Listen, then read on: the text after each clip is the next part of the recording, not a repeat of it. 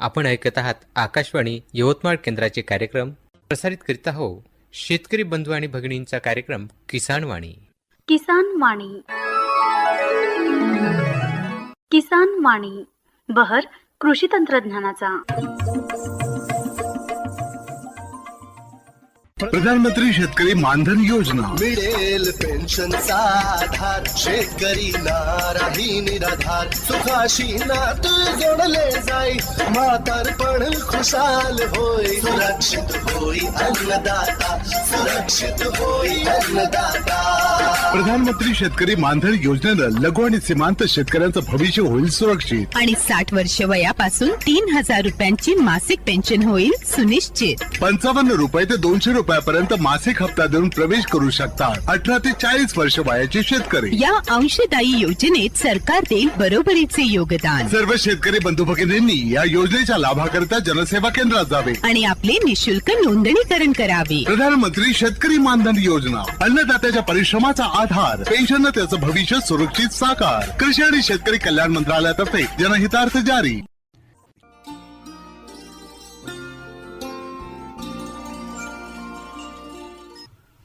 शेतकरी बंधू आणि भगिनींनो, यानंतर कार्यक्रमात ऐकूया विदर्भ आणि मराठवाडा दुग्ध विकास प्रकल्प योजना याविषयी डॉक्टर आकाश राठोड, जिल्हा प्रकल्प अधिकारी दुग्ध विकास यवतमाळ यांची सुमेध मुंगले यांनी घेतलेली मुलाखत. शेतकरी बंधूंनो, विदर्भ आणि मराठवाडा दुग्ध विकास प्रकल्प या संदर्भात आपल्याशी बातचीत करण्यासाठी आज आपल्या स्टुडिओमध्ये आलेले आहेत डॉक्टर आकाश राठोड, जिल्हा प्रकल्प अधिकारी विदर्भ आणि मराठवाडा दुग्ध विकास प्रकल्प यवतमाळ. चला तर त्यांच्याशी बातचीत करूया आणि या प्रकल्पात संदर्भात काय मुख्य या प्रकल्पाचा उद्देश आहे हे जाणून घेऊया. नमस्कार सर. नमस्कार सर, विदर्भ आणि मराठवाडा दुग्ध विकास प्रकल्प हा प्रामुख्याने आज आपल्याकडे राबवण्यात आहे, तर या प्रकल्पासंदर्भाचा मुख्य उद्देश काय? तर सर्वात प्रथम मी या प्रकल्पाची पार्श्वभूमी सांगतो. हा जो प्रकल्प आहे विदर्भ आणि मराठवाडा या विभागामध्ये जे आहे एकूण 19 जिल्हे आहे त्यामध्ये हा प्रकल्प राबविला जात आहे. ठीक आहे. या प्रकल्पाचा उद्देश असा आहे की शेतकऱ्याची जे दूध उत्पादन क्षमता जी आहे त्यांच्या पशूंची ती वाढवणे, त्याचप्रमाणे ते मुबलक चारा आपण जो आहे प्रकल्पामार्फत तो देणे, नंतर वंध्यत्व निवारण जो आहे पशुमध्ये जो आढळतो त्याचं निवारण करणे, आणि बाकीच्या ज्या गोष्टी आपल्याला आवश्यक आहे प्रकल्पामध्ये किंवा त्या शेतकऱ्याला दूध उत्पादन वाढवण्यासाठी त्या सर्व आपण या प्रकल्पामार्फत आपण त्यांना पुरवल्या जात आहे. तो हा प्रकल्प आपण असं जर बघितला तर दूध उत्पादनामध्ये देशाचा जो आहे आपला जगात प्रथम क्रमांक लागतो, आणि त्यामध्ये जर बघितलं तर महाराष्ट्राचा जो आहे 6वा क्रमांक लागतो. आणि महाराष्ट्रामध्ये जर बघितलं तर पश्चिम महाराष्ट्रामध्ये सर्वात जास्त दूध उत्पादन आहे. विदर्भ आणि मराठवाडा जो विभाग आहे त्यामध्ये दुधाचं उत्पादन कमी आहे. तर त्यामध्ये जे आहे आपण शेतकऱ्यांना असं काय दिलं जाईल की त्यांचं जे आहे ते उत्पादन वाढेल, त्यासाठी हा मुख्य उद्देश ठेवून हा प्रकल्प सुरू करण्यात आला, जेणेकरून जे आहे की या विभागामधले जे आहे जे दूध उत्पादक शेतकरी आहे ज्यांच्याकडे थोडंफार जे दूध उत्पादन करतात त्यांना आपण असं काय सपोर्ट दिला जाईल की त्यांचं दूध उत्पादन जे आहे ते आणखी वाढविले जाईल, आणि जेणेकरून त्यांचं जे उत्पादन आहे त्यांच्यापासून मिळणारे जे उत्पन्न आहे ते त्यांच्यामध्ये वाढ होईल. नक्कीच. तर या प्रकल्पामध्ये कोणकोणत्या बाबीचा समावेश होतो? तर या प्रकल्पामध्ये एकूण 9 घटक आहे. त्यामध्ये जे आहे सर्वात प्रथम जर आपण बघितलं तर उच्च दूध उत्पादन क्षमता असलेल्या गाई म्हशीचे वाटप करणे. तर ही स्कीम जी आहे ही 1 लाखाची आहे.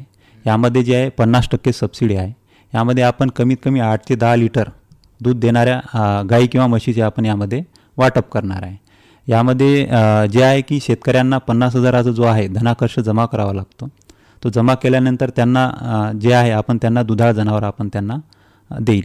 त्यानंतर दुसरं आहे की सेक्स सॉर्टेड सिमेंट वापरून जे नवीन टेक्नॉलॉजी आली आहे एम्ब्रिओ ट्रान्सफर नावाची, ते एम्ब्रिओ ट्रान्सफर टेक्नॉलॉजी वापरून आपण जे गाय आहे समजा एका गाईला आपण गाभण केल्यानंतर ती जी गाभण गाय आपण ती पण सबसिडीमध्ये आपण लोकांना उपलब्ध करून देत आहे.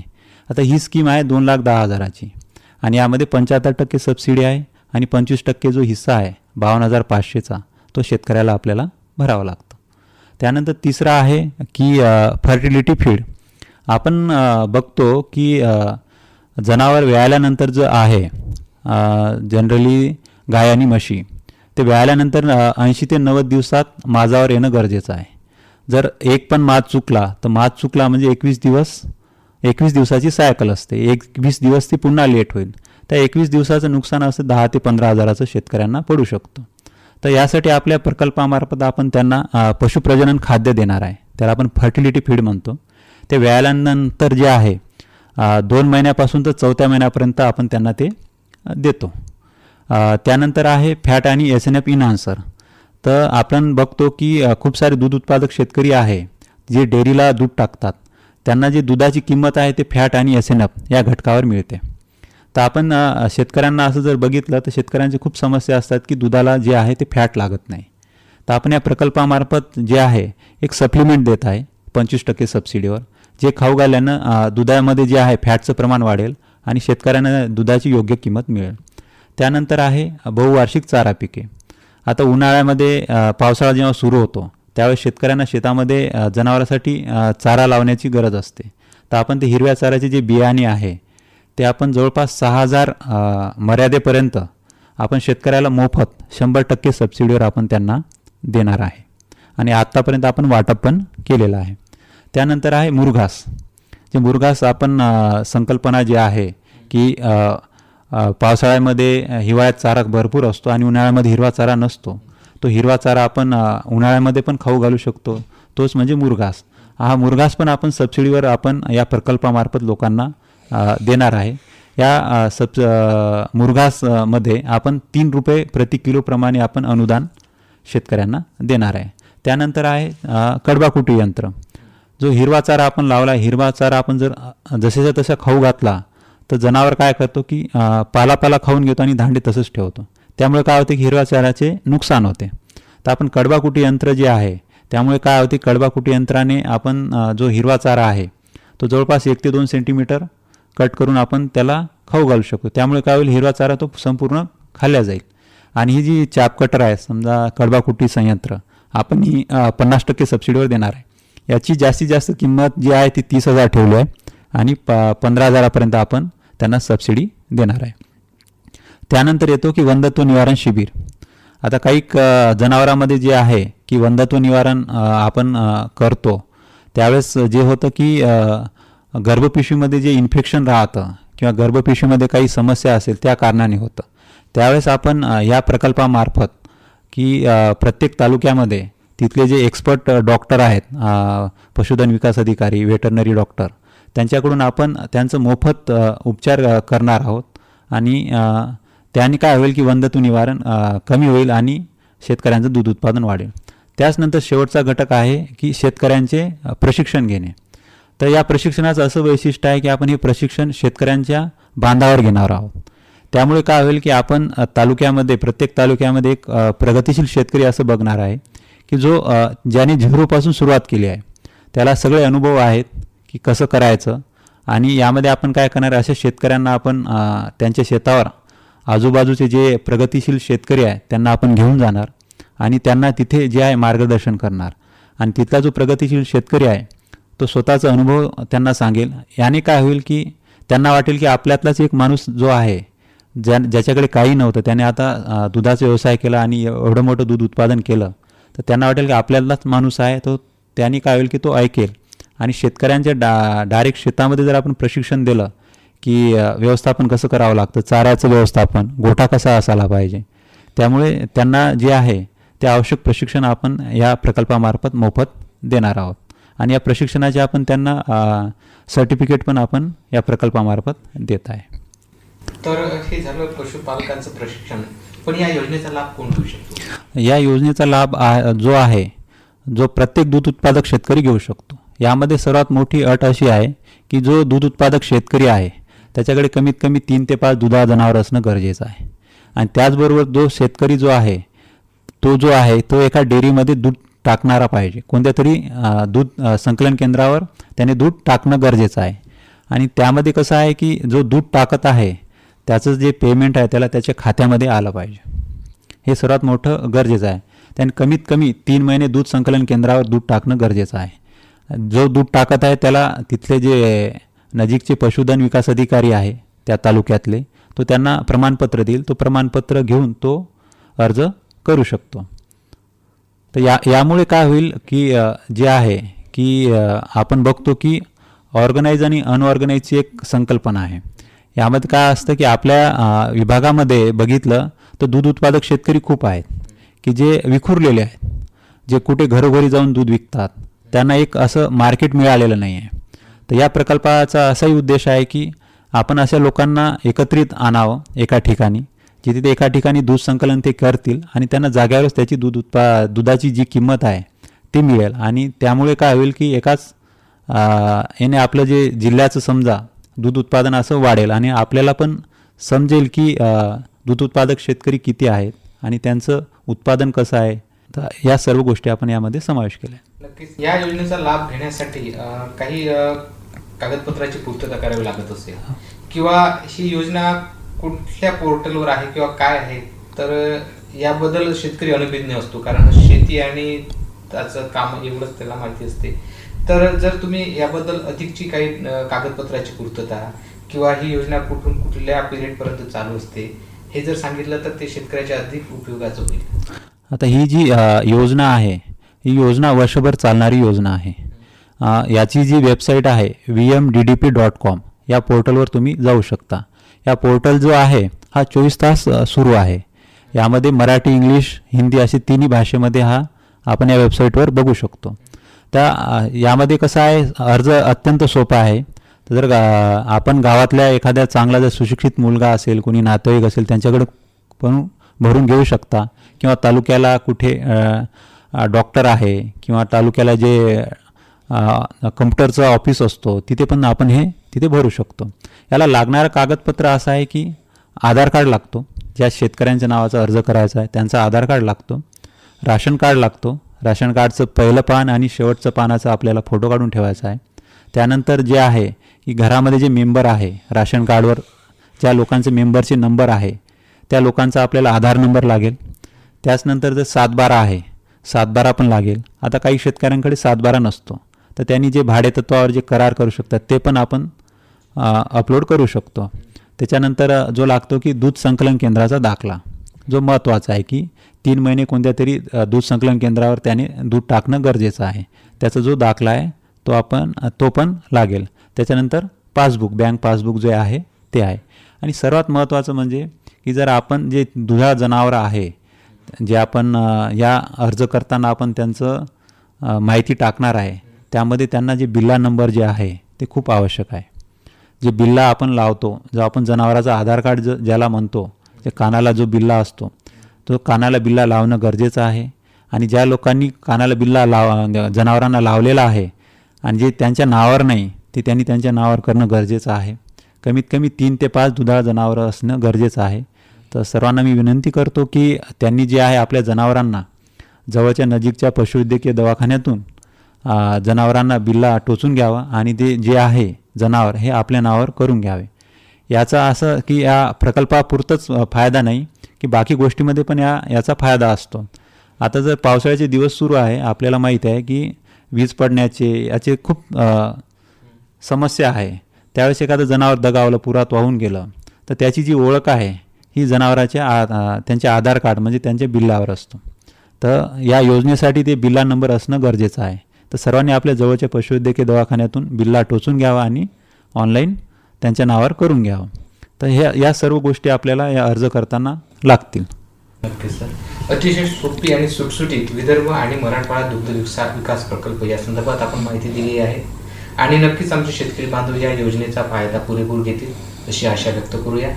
तुम्ही आमच्या स्टुडिओमध्ये आलात त्याबद्दल मी आपले धन्यवाद मानतो. धन्यवाद.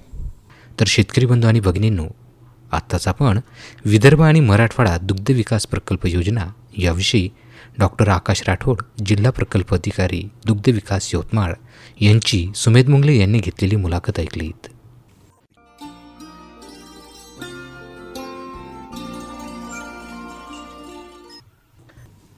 पावसाळा हा कुणाला नको असतो. ज्याला नको असतो तो माणूस निराळाच. पावसाळ्यामध्ये हर्ष, उल्हास, आनंद, त्याचप्रमाणे सण, उत्सव यासारखे बरेचसे उपक्रम हा पाऊस घेऊन येतो. जमिनीत रुजलेलं बी अंकुर होऊन बाहेर पडते आणि या पावसामध्ये ते बहरते. असाच मनाला सुद्धा हर्ष करून जातो हा पाऊस. या पावसामध्ये कळ्याची फुले कधी होतात हे सुद्धा आपल्याला या पावसामध्ये कळत नाही. असा हा सर्वांना हर्षित आणि उल्हासित करणारा पाऊस. चला तर ऐकूया याच वळणावर हे सुमधुर गीत. हर जोखिम से निकल कर फसल आए, सुरक्षित हो जाए, फसल बीमा से हर किसान अब आत्मनिर्भर हो जाए। संकट के समय प्रधानमंत्री फसल बीमा योजना किसानों के लिए वरदान है। अब सूखा पड़े या बाढ़ आ जाए कोई डर नहीं, अब ओले पड़े या कीट पतंगे फसल खा जाए कोई फिक्र नहीं, क्योंकि हमने लिया है प्रधानमंत्री फसल बीमा। बुआई से फसल कटाई तक हर जोखिम का दावा, न्यूनतम प्रीमियम पर अधिकतम भुगतान का वादा। योजना से हर साल जुड़ रहे हैं 5 करोड़ से ज्यादा किसान। अब आपकी है बारी। नजदीकी कृषि कार्यालय, सहकारी समिति, बैंक शाखा, अधिकृत बीमा कंपनी या जन सेवा केंद्र में स्वेच्छा से करा सकते हैं पंजीकरण। फसल बीमा पोर्टल या फसल बीमा ऐप द्वारा भी कराया जा सकता है पंजीकरण। प्रधानमंत्री फसल बीमा योजना, आपकी फसलों का संपूर्ण सुरक्षा कवच। कृषि एवं किसान कल्याण मंत्रालय, भारत सरकार। शेतकरी बंधू आणि भगिनींनो, आज आपण ऐकूया सूर्यफूल लागवड तंत्रज्ञान याविषयीची माहिती. ही माहिती आपणास प्राप्त झाली आहे डॉक्टर पंजाबराव देशमुख कृषी विद्यापीठ अकोला यांच्याकडून. शेतकरी बंधू आणि भगिनींनो, सूर्यफूल हे सूर्यप्रकाशात संवेदनशील नसल्यामुळे खरीप, रब्बी आणि उन्हाळी या तिन्ही हंगामात हमखास येऊ शकते. खरीप पिकाची पेरणी काही कारणाने लांबली तर आपत्कालीन दुरुस्ती पीक म्हणून सूर्यफूल अगदी योग्य पीक आहे. हे पीक पावसाचा ताण बऱ्याच प्रमाणात सहन करू शकते. विदर्भात रब्बी आणि उन्हाळी हंगामातील सूर्यफुलाचे क्षेत्र दिवसेंदिवस वाढत आहे. प्रत्यक्ष बाजारपेठेत आणि बाजार मूल्य यामधील असलेला तफावत दूर होताना दिसत आहे. त्यामुळे शेतकऱ्यांचा कल सूर्यफूल लागवडीकडे वाढला आहे. काही निवडक शेतकऱ्यांनी तेलघाणी उद्योगसुद्धा सुरू केला आहे. सूर्यफुलाचे आहारातील महत्त्व आणि प्रत्यक्ष बाजारभाव यामुळे येत्या काही काळात सूर्यफुलाला अधिक महत्त्व प्राप्त होईल. मान्सूनचे आगमन लांबणीवर पडले तर ज्वारी पिकाला पर्यायी पीक म्हणून या पिकाची लागवड केली जाते. महाराष्ट्र, ओरिसा, छत्तीसगड, आंध्र प्रदेश आणि कर्नाटक या राज्यात धान पीक काढणीनंतर या पिकाची लागवड करतात. रागी, तूर, भुईमूग, सोयाबीन, एरंडी, तीळ, मूग, उडीद या पिकात भारतातील विविध भागात आंतरपीक म्हणून सुद्धा या पिकाची लागवड केली जाते. या पिकासाठी भरखते शेवटच्या वखरणीपूर्वी हेक्टरी 5 ते 10 टन चांगले कुजलेले शेणखत आणि कंपोस्ट खत किंवा गांडूळ खत 2.5 टन जमिनीत मिसळून द्यावेत. बियाण्याचे हेक्टरी प्रमाण सरत्याने ट्रॅक्टरने पेरणी करता 8 ते 10 किलो हेक्टर, टोकन पद्धतीने पेरणी करता 5 ते 6 किलो हेक्टर. आंतरपीक आणि दुय्यम पीक पद्धती, व्यापक अनुकूलशीलता या गुणामुळे आंतरपीक पद्धतीत हे पीक हमखास येते. यासाठी 10% क्षेत्र आंतरपिकास द्यावे. सूर्यफूल अधिक तूर आणि सूर्यफूल अधिक भुईमूग ही आंतरपीक पद्धती दक्षिण भारतात प्रचलित आहे. सूर्यफूल अधिक एरंडी ही पद्धत आंध्र प्रदेश आणि गुजरात राज्यात प्रचलित आहे. मराठवाडा आणि विदर्भातसुद्धा सूर्यफूल अधिक सोयाबीन ही आंतरपीक पद्धत हमखास घेऊ शकतो. सूर्यफूल अधिक उडीद ही पीक पद्धती उत्तर प्रदेशात अधिक कार्यक्षम आहे. भुईमूग अधिक सूर्यफूल या पीक पद्धतीमुळे सरासरी 36% उत्पादनात भर, तर तूर अधिक सूर्यफूल या पीक पद्धतीमुळे निव्वळ पिकापेक्षा 23% क्षेत्रात भर पडू शकते, असा निष्कर्ष आहे. त्यासाठी महाराष्ट्र राज्यासाठी तूर अधिक सूर्यफूल 3 ओळी, सोयाबीन अधिक सूर्यफूल 2 ओळी, भुईमूग अधिक सूर्यफूल 6 ओळी इत्यादी आंतरपिकाच्या शिफारसी आहेत. महाराष्ट्रात सूर्यफूल लागवडीसाठी शेतकरी साधारणपणे संकरित आणि सरळ वाणाचा वापर करतात. मूग, सोयाबीन नंतर सूर्यफूल या पीक पद्धतीची नुकतीच विद्यापीठाकडून शिफारस करण्यात आली आहे. हवामान, सूर्यफुलाची पीक 700 ते 90 मिमी पर्जन्यमानात चांगले उत्पादन देऊ शकते. जमीन पाण्याचा चांगला निचरा होणारी मध्यम ते भारी जमीन निवडावी. शिफारसीत वाण किंवा जात PKV SH 992, modern PKV SF 9, TAS 82. बीज प्रक्रिया, पेरणीच्या वेळी शेतात प्रति किलो 4 ग्रॅम टायकोडर्मा व्हिरिडी हे बुरशीनाशक बियाण्यात चोळावे. पेरणीपूर्वी इमॅडिक्लोरफिड 70 WS 5 ग्रॅम प्रति किलो बियाणे या प्रमाणात बीज प्रक्रिया करावी. पेरणीची वेळ खरीपामध्ये जुलैचा पहिला 15वाडा, रब्बीमध्ये ऑक्टोबरचा पहिला 15वाडा. तर आताच आपण सूर्यफूल लागवड तंत्रज्ञान याविषयीची माहिती ऐकलीत. ही माहिती आपणास प्राप्त झाली होती डॉक्टर पंजाबराव देशमुख कृषी विद्यापीठ अकोला यांच्याकडून. शेतकरी बंधू आणि भगिनींनो, पाण्याचं दुर्भिक्षण हे दिवसेंदिवस जाणवत आहे. कमी पडणारा पाऊस आणि या पावसाचं व्यवस्थापन आपल्याला करणं नितांत गरजेचं आहे, कारण पुढील काळ हा पाण्या वाचून असेल की काय याबद्दल साशंकता आहे. तर शेतकरी बंधू आणि भगिनींनो, पुन्हा भेटूयाच पुढील कार्यक्रमामध्ये. तोपर्यंत मी सुमेध मुंगले घेतो आपली रजा. नमस्कार. माहितीचं वावर किसान वाणी.